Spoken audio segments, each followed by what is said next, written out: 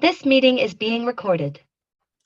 All right, this is episode 5 of Talking Coyotes, and my guest today is Randy Budde. And for those of you who don't know who Randy is a coyote hunter up in Michigan. He lives in Western Michigan. Randy has 2 daughters and 3 grandsons, and he and his wife, like I said, he and his wife Sue live in Western Michigan. And they're not too far off of one of the lakes, I think, about 30 miles or so, something like that. Is that right? Yep. Okay. So Randy is very involved in the Michigan coyote group up there. And that's how I came to know who Randy was. So Randy, tell me, how did you get hooked on predator hunting? Well, I probably started 30 some years ago. We didn't hardly have no the first coyotes showed up around here in the mid 80s. 80s is when we seen our first coyote here. But there was fox and stuff around, and we'd go out and try fox hunting a little bit, and never had no success at it. Well, then we started getting more and more coyotes. Well, my brother killed a coyote in 1985 when we were deer hunting. I drove it out to him, and I didn't even really realize any of them was around my place, but I drove it out and he killed it. And that was the first one I ever seen. Well, so then we just started going a little bit now and then, in the daytime. And it took a lot of years before we called anything in and got it. Well, then in Michigan here, they made it legal to use center fires at night. Always before, you had to use a rim fire or a shotgun with fine shot after dark. Well, then they made it legal to use center fires after dark. And that's when I really started getting serious at it, which I don't know how long ago that's probably been. I don't know, maybe 7 years at the most. I could be off on that, but that's approximately when it was. And that's when I got really serious about it. And our population of coyotes, I think, is steadily still growing. Mm-hmm. Yeah, and I agree. Down here, it was a similar thing down here. I mean, coyotes have moved across the U.S. and migrated east, and it's taken, I don't know, 40 years to do that, to where they're with us now. They're going to be with us forever. And, we're seeing a lot more. We've got a lot more of them down here than we did 30 years ago, for sure. What do you use any kind of a hunting app or do you just do it all by memory? What do you do as far as your properties that you go to? Yeah, I do use HuntWise, but mostly I do it by memory, but I try to mark them on HuntWise, but I just kind of go by memory. I've lived around here my whole life, and so I know a lot of the landowners real close, but Mm-hmm. I hunt 6 different counties, so I obviously get people that I don't know and get permission on their property. Mm-hmm. Well, Yeah, I do use HuntWise. You're probably like me. You're kind of known as the coyote man or the coyote man. Oh, there goes a black panther right there in front of your camera. Yeah. I knew she'd be up here on my lap. Well, some of these guys. I don't even have to call her in. I don't even have to call her in. Some of these guys would tell you that was a black panther. Yeah. Well, that or mountain. Yeah, the mountain lion. Yeah. Well, on your landowners, do you, when you're going to go out on a night, do you let them know I'm going to be coming that night, or had you already told them, hey, did they just tell you can come whenever you want, and you just don't feel like you need to reach out to them that day, that you're going to be there that night? How do you do that? Well, most of them tell me I don't have to let them know, but if I'm going in there fairly close to their house, I always call and let them know. I kind of like that way they know who's out there, and Mm-hmm. and so It depends on the situation. Some places I don't let them know, but then other people, they would really like to know. And so I don't Yeah. have a problem with texting them or Yeah. calling them and letting them know. And I do the same thing. I text my landowners whenever I'm going to be there. I got a couple that aren't texters. They're more of a call me type person. They're maybe older, and I'm happy to call them and tell them, hey, and a lot of times I'll text and say, is it okay to coyote hunt tonight? And I've never had them say no. No. And too, I have some of them wants to know how I made out. They're interested whether if you got any or not. And you got to take care of them landowners because we're very dependent on them. Without them, we wouldn't be coyote hunting. I mean, because it takes a lot of ground. Mm-hmm. Yeah, let's talk about that in a minute because you and I, what we do, we kill a lot every year, and that takes a lot of ground, like you said. Some of these guys, they're only trying to address the coyotes at their hunting camp or their family property. So, they're probably calling those properties a lot more often than you and I would go and call those properties. So, I mean, talk about how easy it is to burn out a place on calling. Yeah, I don't feel that you should call the same spot any more than twice a month, and I prefer to do it only once a month. Um, I think them coyotes are amazingly easy to educate.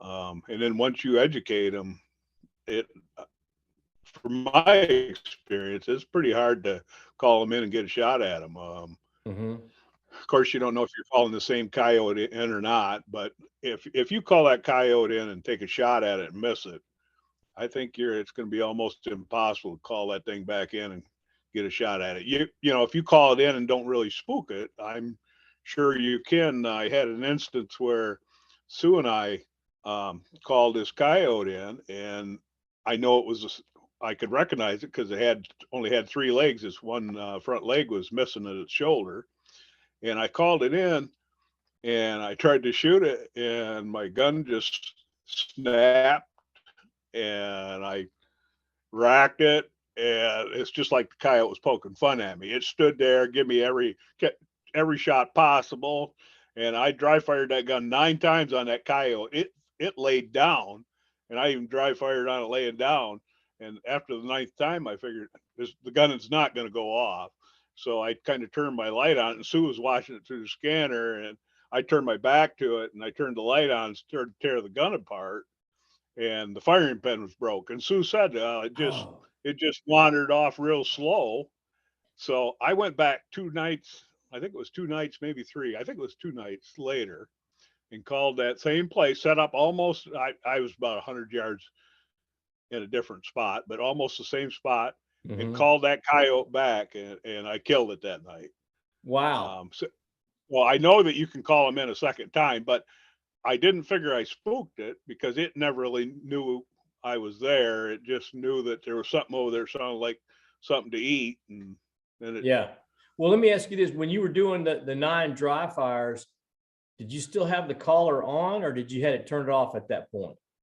I don't really remember. I might have still had it on. Usually, if they're coming in, I usually leave that call on. I've had times where I've shut that call off and end up spooking them. And so usually if they're coming, I don't think you really should do anything different. Just keep everything the same. Okay. Well, that's food for thought for me then, because a lot of times, and I mentioned this off camera earlier, that I'll have them coming in, and I'll cut that call off just to slow them down if they're coming in hot. But maybe I need to leave it on and then do that whole, the bark thing, or the, hey, that's close enough, like what you do. Yeah, you just never know. One time Sue was with me again, and we were standing in a hayfield, and there was a a cornfield, and the corn was pretty tall at that time, it probably 7-8 foot tall.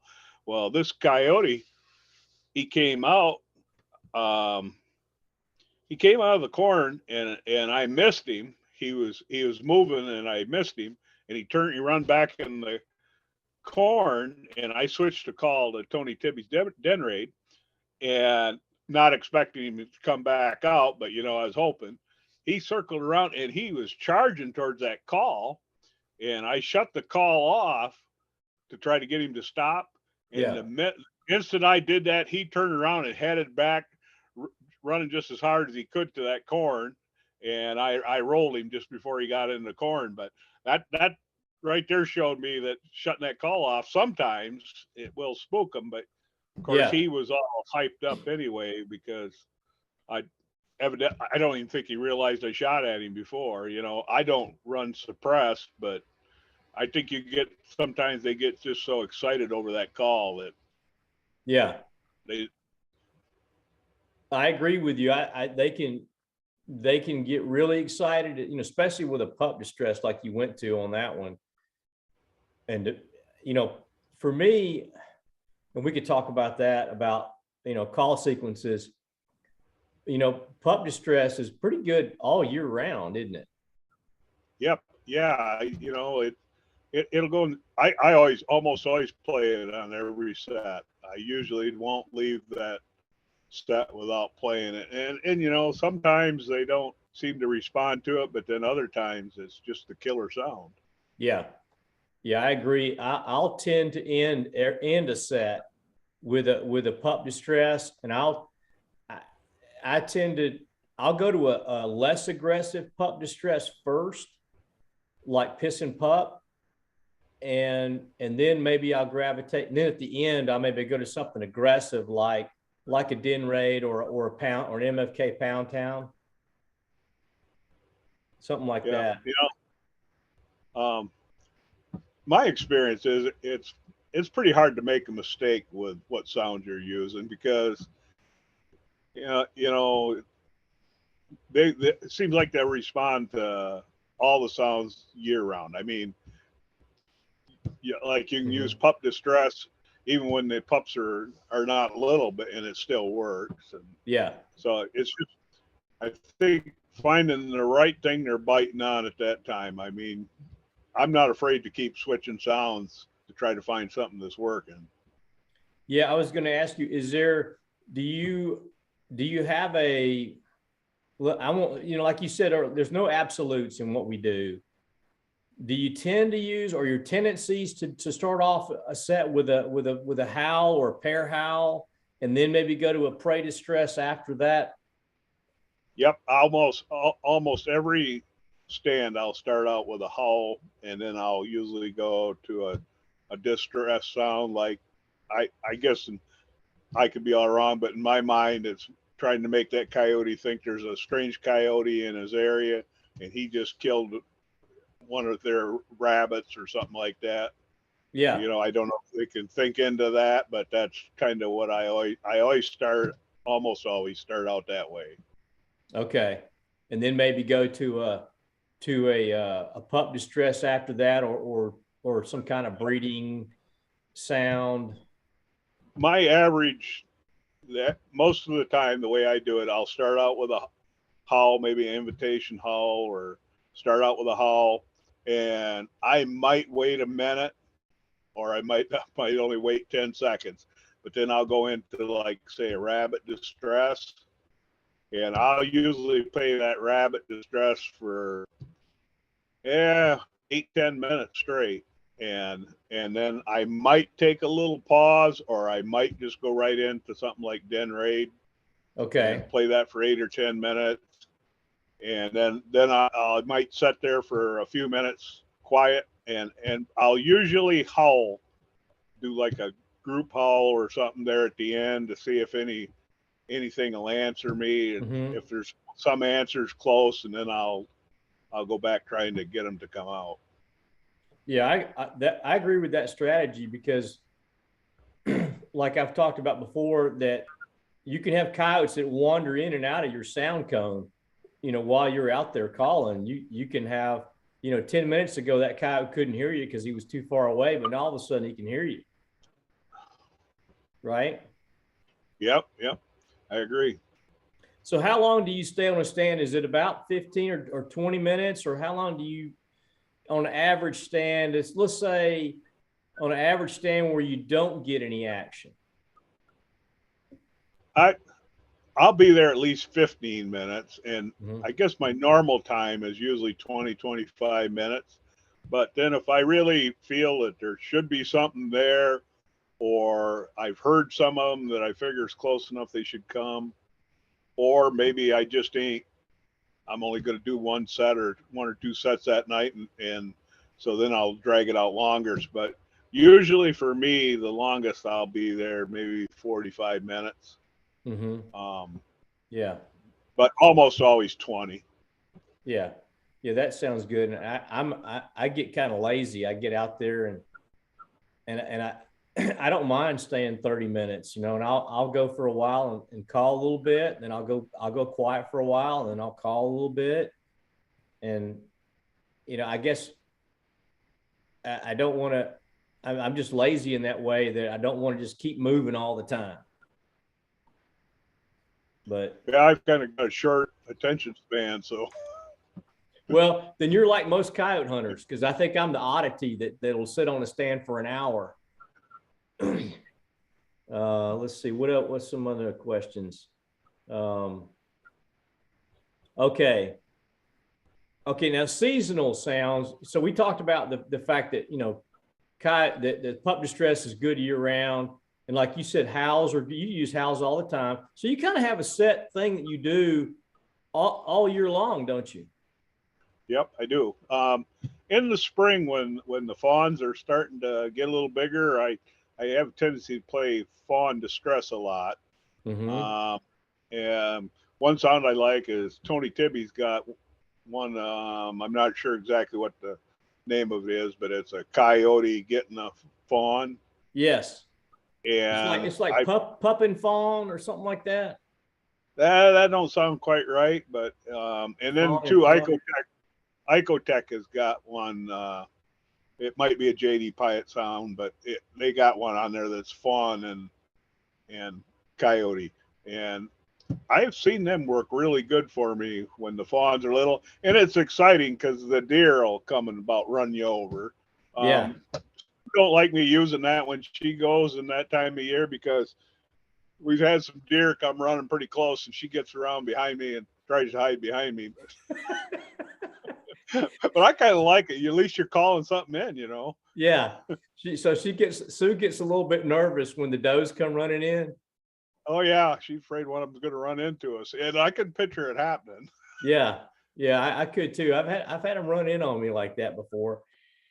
And something that's kind of interesting is on that, like say that Tebby one with the coyote and the fawn, where the coyote's getting after the fawn. I've had a couple of bobcats come in on that. Here, you don't know what that stuff's going to come into. Here recently, I had a fox come into den raid, and I don't know why anything would come to den raid. Sounds like you're going to get your butt kicked. I mean, that's a scary sound. And I had a fox come into that, and I've called bobcat into that too. So you don't know what. Go ahead. You don't know what's going to come into them sounds, really. I've had during the rut last year, I had some bucks come into that den raid. Yeah. And I've had deer get excited about some pup distress sounds before that, and they'll come over. They're just, you're real curious animals, and they'll come up there looking, like or on a prey distress sound, like a rabbit or something. I've had deer come in on that. Now, do you guys have is there a lot of deer in the fields when you go call down there? Yeah. There's quite a bit of, a lot of whitetail down here. Some of the, I don't know if you saw it. I had a video the other night that I filmed with the handheld scanner. And this was on like March the 1st, and it was a buck out there with about 6 does. And he was urinating down his legs and intentionally, urinating on his tarsal glands, I guess you call them, on the back legs. And so that was kind of, I mean, I didn't know they were doing that this late. But you guys' rut is a lot later than ours, I think, isn't it? When is your normal rut down there? Yeah, that's true. They extended the deer season a couple of more weeks, where that now goes into February. It used to end at the end of January, for a long, long time. And then they've rolled it now to where it ends like February the 10th or 11th.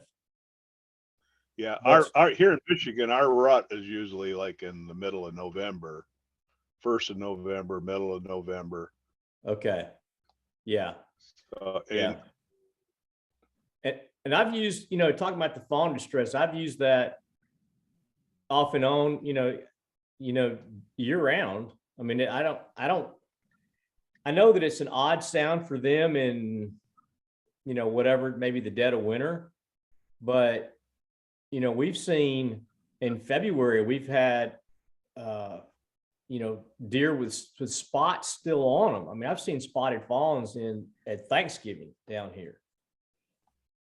So I kind of wish that there was a fawn distress sound. Most fawn distress sounds that I've ever heard is kind of the bleat. It's a constant bleating.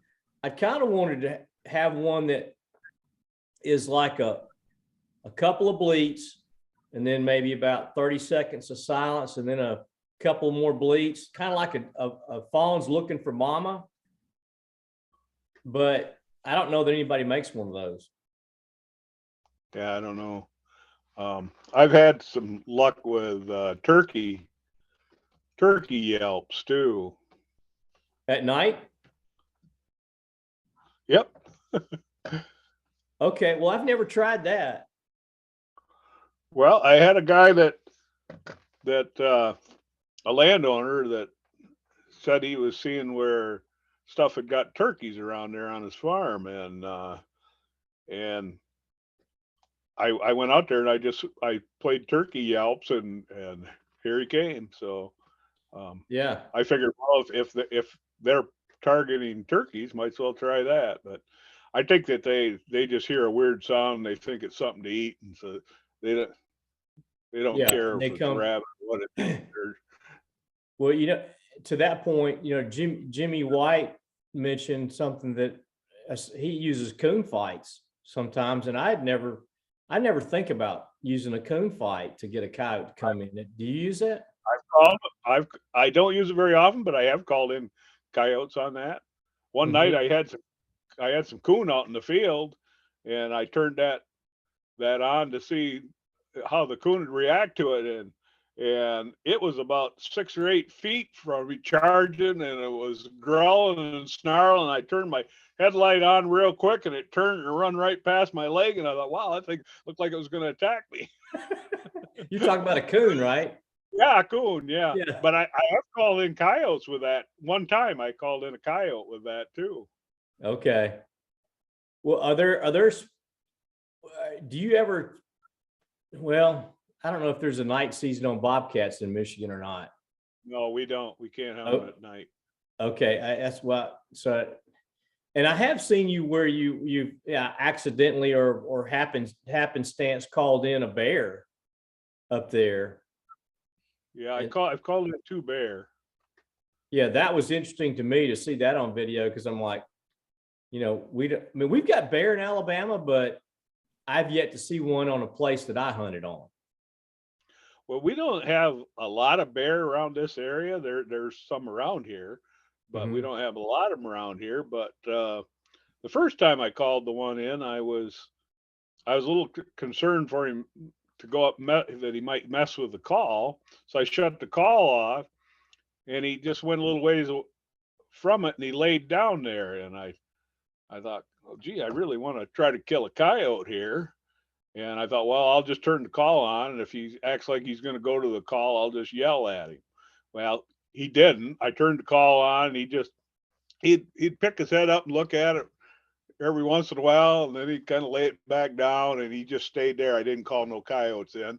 But when I walked out of the field, I I was parked over a big hill, and it was quite a ways from where I was calling. And I looked back and looked in the scanner, and he was still laying there.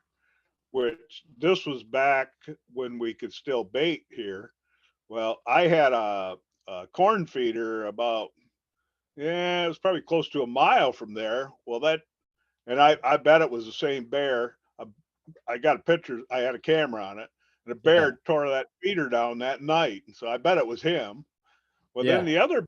the other bear, I was playing fawn distress, and here this bear come across the field, and I let him come up to 18, big bear, and he come to 18 yards, and I says to him, "That's close enough, bear." And he's just looking my direction. It's in the dark, and he's like, "What was that?" Yeah. And I raised him, and I says 18 yards on the video, and then he just turned and he trotted away, but he was still there when I left. You call them in, they don't seem like they want to leave. Yeah. But I think he would have come right up to the call. Yeah, that would be unsettling for me. I would have probably flipped my headlight on and made some noise or something. That would have scared me a little bit. Well, I've spent a lot of time in the UP bear baiting. We usually go up and bait for the whole month of September, and we Yeah. have bears camp all the time up there. They come because we got bait stored there, so we put Yeah, it in 55-gallon drums. But they come up and roll the drums around at night, and we'll go out there and try to run them off, but they're back in a couple minutes. But so I've gotten fairly comfortable with bears.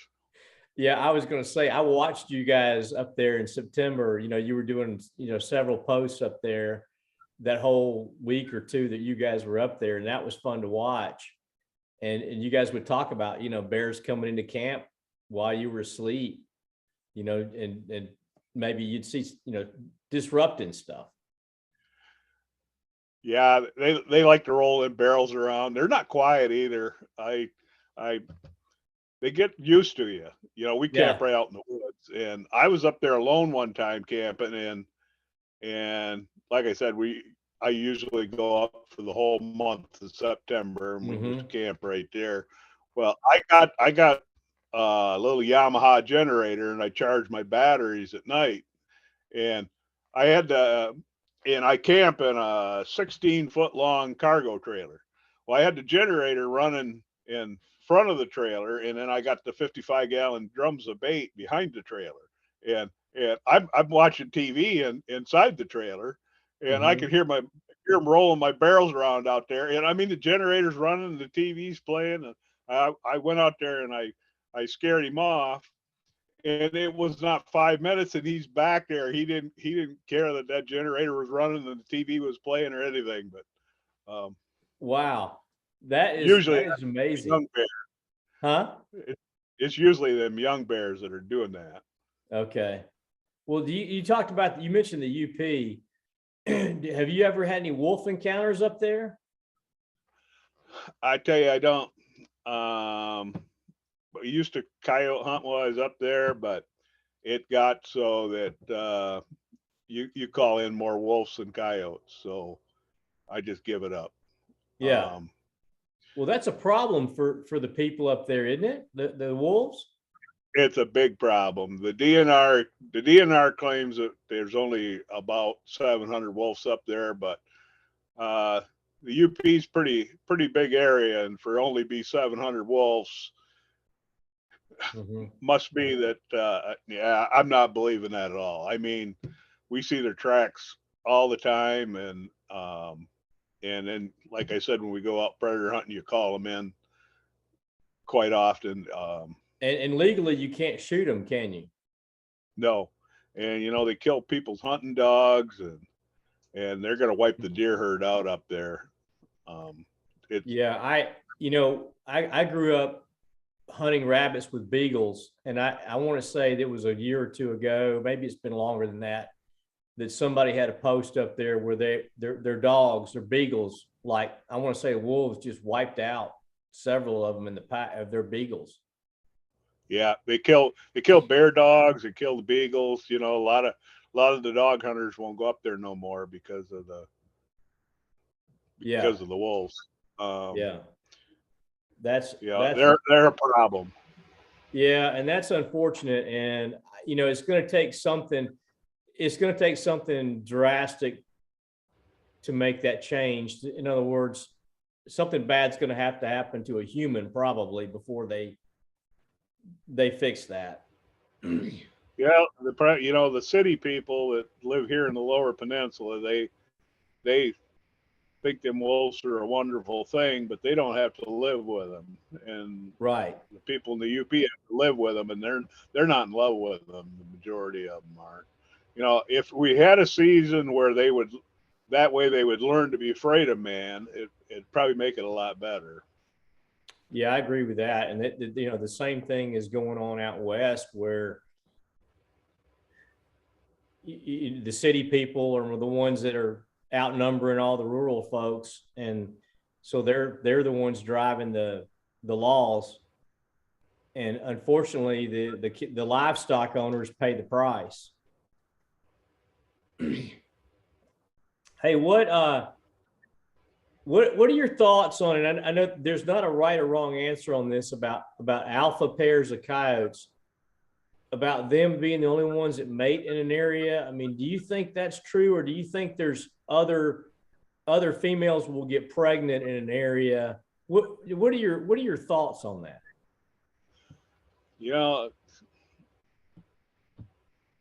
I think there's probably going to be other females get pregnant in the area. I can't believe that only the alpha female is the one that's going to get pregnant.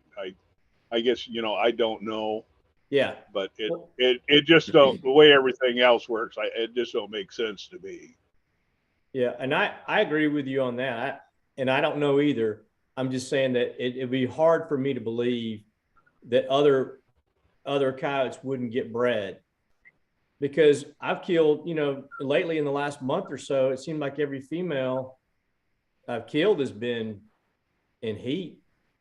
Well, I hunt year round. A lot of people don't like to hunt when the pups are little or when they're just before they have pups. But I'm most of the property I'm hunting is people wants them gone.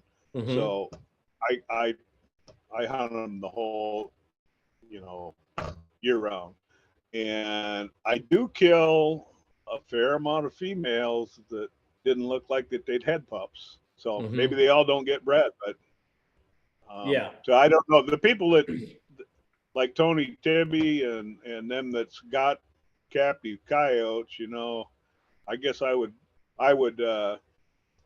respect their answer on that a lot more than mine, because I have no experience with that. But the people that raising them coyotes, they would have a better idea, I would think.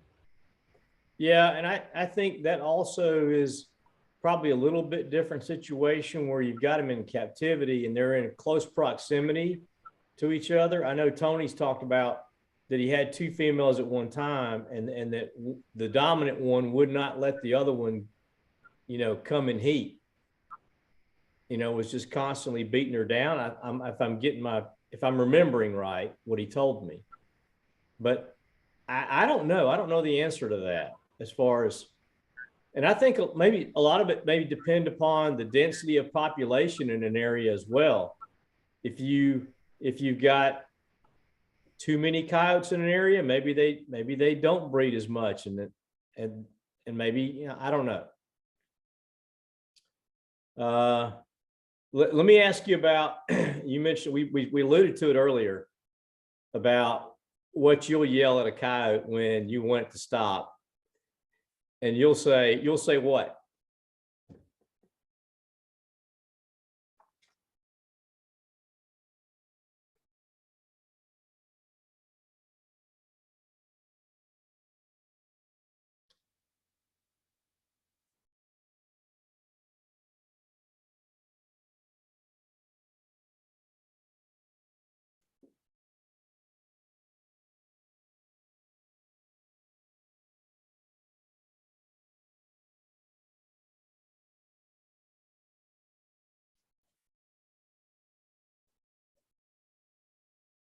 Hey, Randy, can you hear me? Can you hear me? Because I can't hear you.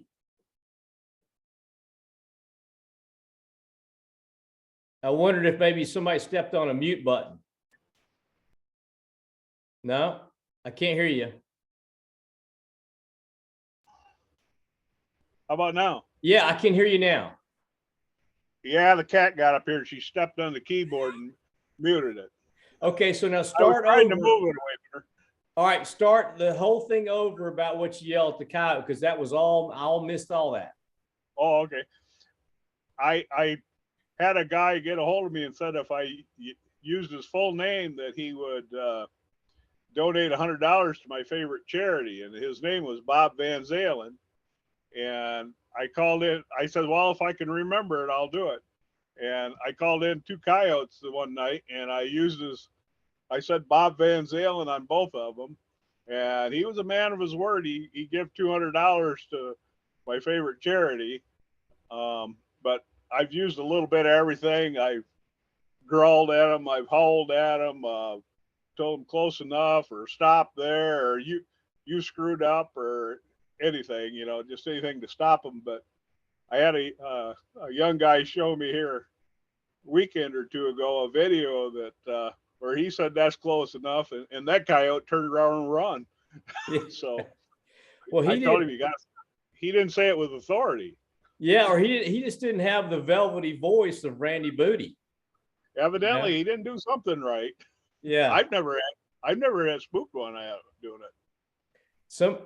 I was talking to somebody recently in the past couple of days, and it might have been Stephen Poole that I was hunting with recently when he was down here in Alabama. But we were talking about that particular thing, and that the guy had, asked you to use his name on a stand like that, and we were laughing about it. Yeah, that's a lot longer name that I'd like to use, but yeah, I mean, it 2-syllable, like Bob Mize. I mean, something like that would be fine, right? Yeah. That's funny. Well, what mistakes do you see beginners commonly commit? And I asked that question. I know you don't, you hunt a lot like myself, you hunt a lot alone, so you don't see a lot of mistakes in person. But what do you think the most common mistakes that beginning hunters make? Well, you talking about night hunting? Yes. Yeah. I think the biggest mistake is probably they overhunt their ground. They don't have enough properties to hunt, and they call, they've heard some coyotes here, or they've seen a coyote there, and they just keep on hammering that ground, and they end up educating them coyotes really bad. Because I get a lot of people that get a hold of me and say, hey, I got some coyotes. They'll howl at me every time I go there, but they won't come. And I feel they've probably educated them. Yeah. So overhunting their ground is a big thing, or calling them up there and then messing them. I'm a firm believer, if you call that coyote in, kill that coyote, and then that way you don't end up with no educated coyotes. Maybe it's best if you don't have a shot where you can kill that coyote, just maybe let him go till another day, because once you spook him, he's pretty educated. And another thing, I don't think they understand how important it is to watch downwind, because in other kind of hunting, you're always trying to hunt with that wind in your face, and to me that's not the ideal coyote setup, because that coyote, when he comes in, he's going to try to smell whatever that is that's making that noise. He's not smelling it because he's scared that it's going to get him. He's thinking it's food, and he wants to get downwind of that so he can hone right in on it. Mm-hmm. So you want to be watching that. I feel you want to be watching that downwind side really close, because that's more than likely where that coyote's going to end up. And I think a lot of people kind of underestimate that. They might have the wind blowing off in the woods behind them, and that coyote, he's just going to come around there and end up smelling them. Yeah. Yeah. I can remember one particular instance where that happened to me, where I was calling into the wind, and I had a coyote way up at the end of a field, and he came down the edge, and it wasn't a great big field like some of those fields that we hunt in sometimes. And he came down the edge, he went into the woods, and he came all the way down behind me. And then it came around in the woods behind me. So he was pretty smart, or she. But yeah, I agree with that. And so maybe a crosswind is the ideal setup, isn't it? If you're, calling into a crosswind. Yeah, it's a crosswind is good. I don't like it where the wind is blowing right where I think the coyote's going to be, from me to right where the coyote's going to be.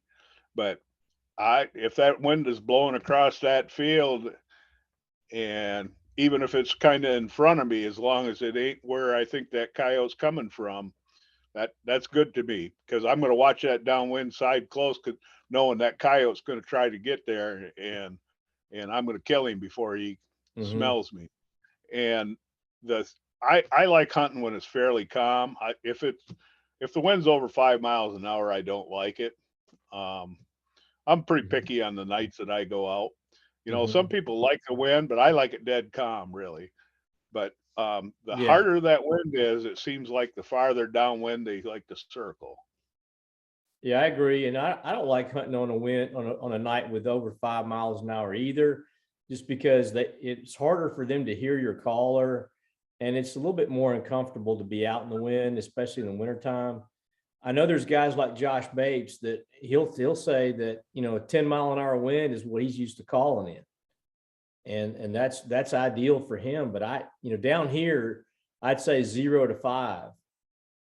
Yep, that's what I like. I like 0 the best. But I know some people that don't think dead calm like that's any good, but I have great luck on them calm nights like that. Yeah, I agree. I do as well. And I've also had coyotes come in straight downwind from me and come hauling butt up there sometimes, and not even give it and I don't know if they're not smelling, or they're ignoring what they're smelling. I don't know what they're doing. Now, sometimes like at a ranch house, if you're hunting around a property where there's a house and they're used to those human smells, that makes sense to me. But I've had them come in straight downwind. I think it's what it is. If you're using like a rabbit distress or something, they really want to get downwind, try to locate it so they can pinpoint it and eat it. But if you're using something like a pup distress or howls or something like that, they're not really intending on, well, if it's pup distress, maybe they're going to intend on eating it. But on a howl or anything like that, they're not really thinking it's food. And so they're going to come, they're not as apt to circle downwind. And sometimes I think you just get them so hyped up with that sound of that call that they're disregarding what they're smelling. They're coming charging, like Tony Tibby's den raid. I have seen that time and time again, where they're just going to charge in, and can be hard shooting because you can't get them stopped. I mean, they're on a mission, and they just come charging in. Well, talking about that, what's your opinion on shooting at running coyotes? It's a good way to burn up ammo. You hit some, you miss. You hit some, and you miss a lot of them. But it can be done. I've had a fair amount of success at it, but I just soon not shoot at them running. I mean, it's a lot easier on my shells if they just stand. That's just a matter of being able to read the coyote. If he don't, like, I killed a double here just the other night, and I almost always try to shoot the back one. I would rather shoot the female first because I think the male is easier to call back, but it don't always happen. I'll shoot the back coyote first, and then I'll go to the closer one. And like that one the other night. It didn't run hard, and then it started doing that hopping thing that they do. Yeah, and when they're doing that, they're going to stop. They're going to stop. Yeah. Yep. Just hold off, and I just held off, and it stopped, turned broadside, and I put it down. But yeah, it's just a matter of trying to read the coyote. If that coyote takes off on a dead run, I'll try barking at him or maybe even hollering at him. And if that don't seem to be working, I start throwing some lead at him. Yeah. Sometimes it works, sometimes it don't. Yeah. And here in Michigan, I don't know about you guys, but we can only use a 5-shot magazine and an automatic here. So five in the magazine, 1 in the barrel. So you got 6 shots. Well, we're not limited down here, I guess, Alabama, and I don't know that any of the southern states are limiting on the magazine capacity. I mean, I use a 10-round magazine because I don't need more than that, because when have you ever had more than 7 or 8 shots at even a running coyote? Well, here I've only got 6 in there, and there has been time I could have used them 1 or 2 more. We went hunting down with the Rougarou guys there in Louisiana, and I think them guys got 30-round clips, but they're shooting pigs. Yeah. Who is that? Is that Shane? Yep, Shane Kessler and Sean Doherty. Yeah. Well, that was a great hunt. I enjoy watching those guys feeds. I think that's probably the funnest hunt I've ever been on when I went down there hunting with them guys. When did you go? When? Yeah, when? I think it was in June. It was hot. Yeah. Of course, probably wouldn't bother you, but it was like 90 degrees in the 80s at night, and that was hot. Yeah. To me. Yeah, humid and hot, and you're sweating, and you got mosquitoes that can carry small children away. Oh, but it was worth it. Yeah. I think we got Kevin Rott went with me, and I think we ended up killing, I think, 22 pigs on the weekend. We hunted 2 nights, but okay, it was a whole different experience. Yeah, but I'd like to go hunting with him again. Yeah, those are good guys, and Kevin's a good guy too. Oh yeah. What let's see, and we mentioned your wife Sue. How often do you get to hunt with Joe and Sue? Because Joe's your brother. Yeah, we don't go too often. Joe don't like to hunt nighttime hunt that much. He likes to go, but we don't go that often. It depends. We might go a couple times one week, but then we won't go for 3-4 weeks at a time together. Yeah. But and then Sue, she kind of likes the warmer weather, so in the wintertime she usually don't go. But in the summertime she goes fairly often. Only on the weekends she still works, so she has to get up. She has a daycare here at home, so she has to get up at before 5 o'clock every morning during the week because there's kids coming, and so she just goes on the weekend, Friday nights or Saturday nights. Yeah, I can understand. And then too, being retired, I don't like to hunt on the weekend, so yeah. I like to hunt during the week too, since I'm retired. Well, in the summertime, there's a lot of drunks out there and stuff, and on the weekends. So yeah. Well, we were hunting down here. Stephen Poole and Stevie Clark and a couple other guys came down from Virginia, and they do that every year. And they're hunting about 2 hours south of me. So they're hunting ground that I don't ever hunt. And we were calling on a property the other night, and we encountered. We were calling. We had a group answer us, and after a little while, I said, guys, that's another caller. I mean, I've heard that same sequence now 3 times, And so we finally figured out there was another guy over there calling. But, you know, he wound up turning. We watched 3 coyotes come in downwind of him. We were able to see that far with our scanners. We watched 3 coyotes come in downwind of him, smell him, come back on the property that we were on, and come up the field to us, and we were able to kill them. Oh, good deal. But now, what would you say? We'll wrap this up in a second. And some of this you covered earlier. What advice would you give to somebody getting into the especially the nighttime hunting? Because you and I both hunt at night. And you and I talked about this earlier, that you're so much better off with a handheld scanner than trying to scan with your gun. You know, talk about that. Yeah, for the first time, for the new night hunters, I think it's the most important piece of equipment for out there, I feel, is the thermal scanner. I think that most first-time night hunters would be better off with a night vision scope than starting out with a thermal scope, because animals can be hard to identify with that thermal scope when you're not used to it. Mm-hmm. And you're apt to shoot something that you probably shouldn't have shot. You know, I don't know about you guys, but here in Michigan, we have a season on bobcats and fox, and bobcats are never legal after dark. So if you're not familiar with how they move and what they look like in that thermal, you very easily could shoot a bobcat or a fox out of season. So with a night vision scope, it's a lot easier to identify the animal. So I think a beginning hunter would be better suited with a thermal scanner and a night vision scope starting out till he learns how the animals look and react. Yeah, I totally agree with that. Yeah.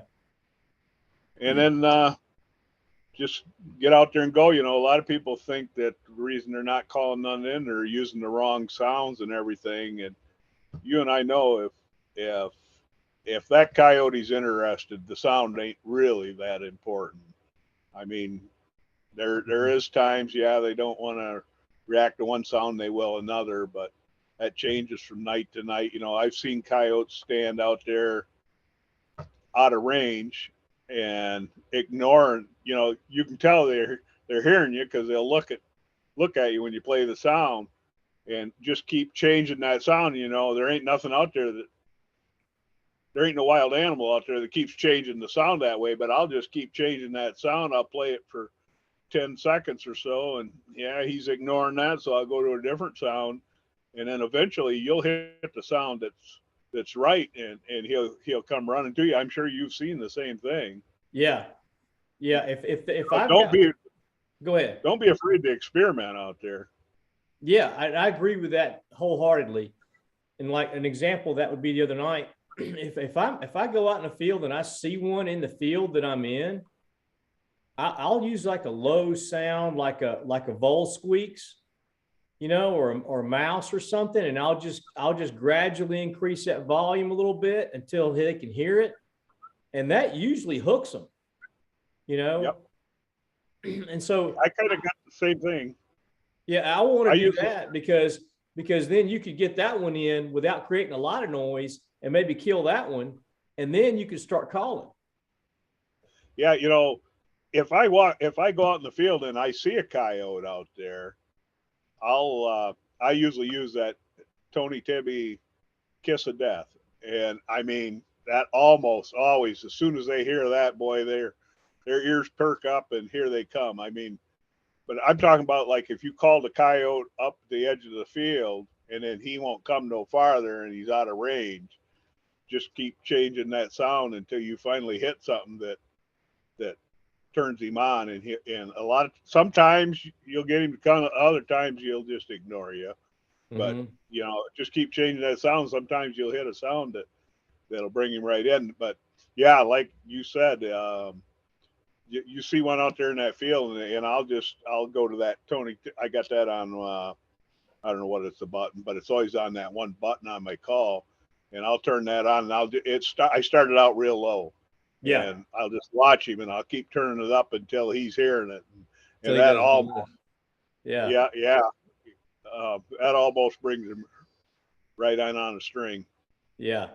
Yeah. Yeah, for the new hunter that goes out there, just because you're not calling in coyotes, don't mean you're not using the right sound. You know, every state's different, but like here in Michigan, we don't have near the coyotes that some of the other states has got. You know, I've went hunting down in Oklahoma before, and every place you get out of the vehicle, there's tracks around there or scat, and I mean, there's just coyotes everywhere. You know, you call them in, when you go out there and call, you'd swear they ain't everywhere, but I mean, you see tracks and stuff everywhere. Up here in Michigan, it's not that way. I mean, you'll look around a long time to find tracks up here. Mm-hmm. You know, Yeah. it's not like they done a predator prey study in Western UP just recently, and they figure that there's 6 coyotes per 10 square miles. So when you think Okay. about that, that's not a lot of coyotes. I mean, 10 No. square miles is a very big area. Yeah. Yeah. That doesn't sound like a very dense population at all. And I have no idea what it is down here in Alabama, but in pockets, at least, it's definitely more dense than that. Well, I'm sure Michigan is too. You know, it's just like anything, and in really prime areas, you're going to have quite a few, and in other areas, not very many. But yeah, it's not like, you know, there's never going to be the coyote population that there is deer. I mean, we're lousy with deer up here. It's nothing to go out in the field and at night and you can see 25, 50, sometimes even 100 deer out in the field. Mm-hmm. Um, it's not, the coyotes are not near as thick like that. Yeah. But well, you're putting a hurting on them there in your 6-county area. I mean, I know you're at least, you know, managing some numbers up there in certain areas, which is good. Yeah, I don't think that I'm sure it's making a little dent in it, but they're a smart enough animal that we're not going to hurt the population any. I don't think. Yeah. You know, Yeah. you make a difference, but they're here to Yeah. stay. Yeah. Yeah. I hear what you're saying. It's kind of like, you know, you feel like sometimes you're the little boy putting his finger in the dike. You know, there's about 100 holes in the dike, and you're just putting your finger in one of them. Yep. I think that there's possibly only one other thing out there that might be smarter to hunt than them coyotes, and that's probably them crows. I don't know if you ever dealt with them crows much, but them things are amazing. No, but I saw where you guys posted where it was your brother. I think Joe had gone crow hunting the other day, didn't he? Yeah, yep. But them things the crows are amazing. I mean, um, wintertime we'll find a roadkill deer or something, and here we have a fair amount of deer hunting ground, and we have enclosed shacks, hunting shacks we call them, you know, that we deer hunt out of, and we got a heater in them and stuff, and so we'll get a roadkill deer and we'll put it out there, and you know, ultimately you'd hope a coyote would come in on it, but it's never you know, I've never killed a coyote off a bait here in Michigan yet. But anyway, and then I'll take, when Sue has food garbage, I'll take it out there and dump it there too, and get them crows baited in, you know. Yeah. Like I got one here across the road on my property, and I put the bait 250 yards from the shack. Well, you you go, you hunt that, and a crow will come in, and you shoot that crow, you're done. You're done for the day, and you're done for weeks if you don't get that crow out of there. If you leave that crow lay there, there ain't no other crow will come up there. I mean, I can't. It's Yeah. hard for me to believe that bothers them so bad. Now, in the summertime I do a lot of animal control for local farmers, And I got this one guy that has a bunch of orchards, like sweet cherries and sour cherries and stuff. Well, he's Yeah. having a problem with crows in his sweet cherries. And so I just went around, I shot some crows and I hung them in some of the trees around there where any crows flying over would see them dead crows. Yeah. Problem solved. Yeah.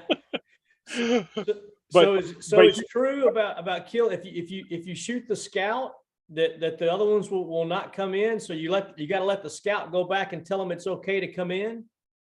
I don't know. I've heard that. Shotgun, when we hunt them with a shotgun, we just kind of run and gun.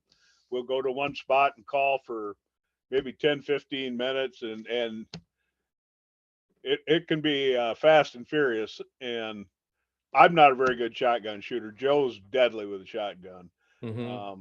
But it's a good way to burn up shells. But anyway, after a few minutes of that, the crows won't come to the call no more. Yeah. And you can go, if you go back a few days later, you might get a few stragglers come in, but after that, they won't come back to it. But like shooting them crows on that bait, you'll kill one crow there and the other ones will see it and they'll circle around and squawk and raise heck and they'll sit in the trees there. And I told the guys that I used to work with, I said, I think they're having a funeral for that dead crow.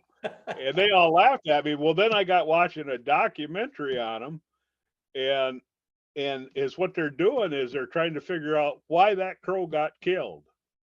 Yeah. And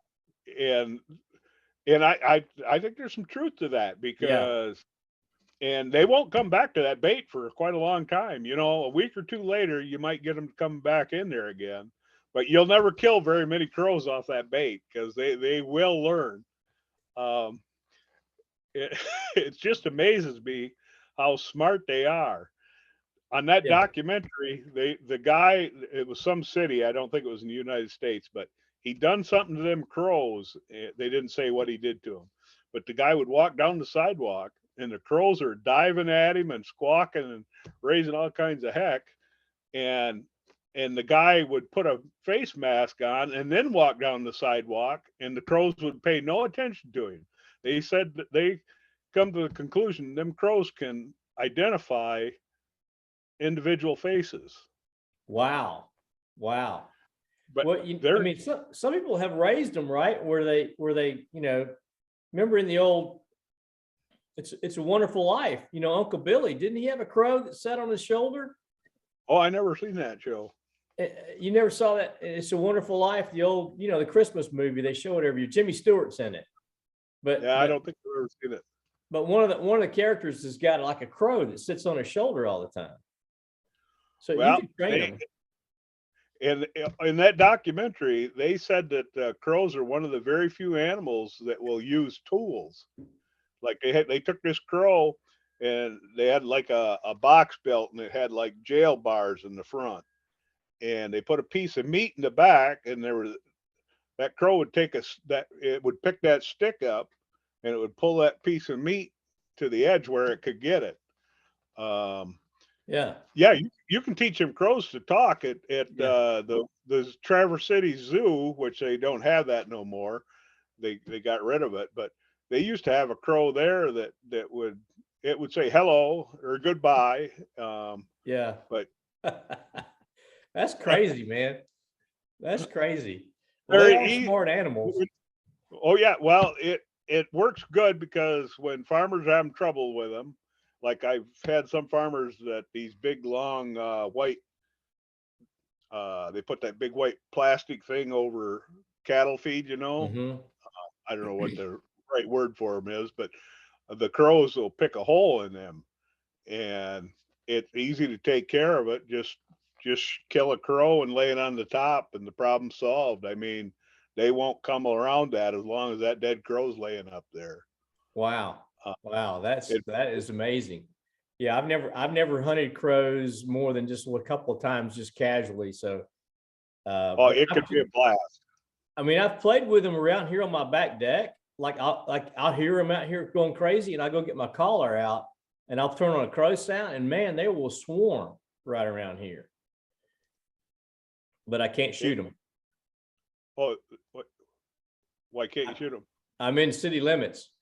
Oh, well, just take your collar and your shotgun and get a bunch of good camouflage on and get someplace and turn that call on. Yeah. And like this time of the year is a good for here in Michigan. It's a good time of the year to do it. Get a warm day and just run and gun. Go, do it like you do coyote hunting. Just kind of jump around in different spots but take a lot of shells with you.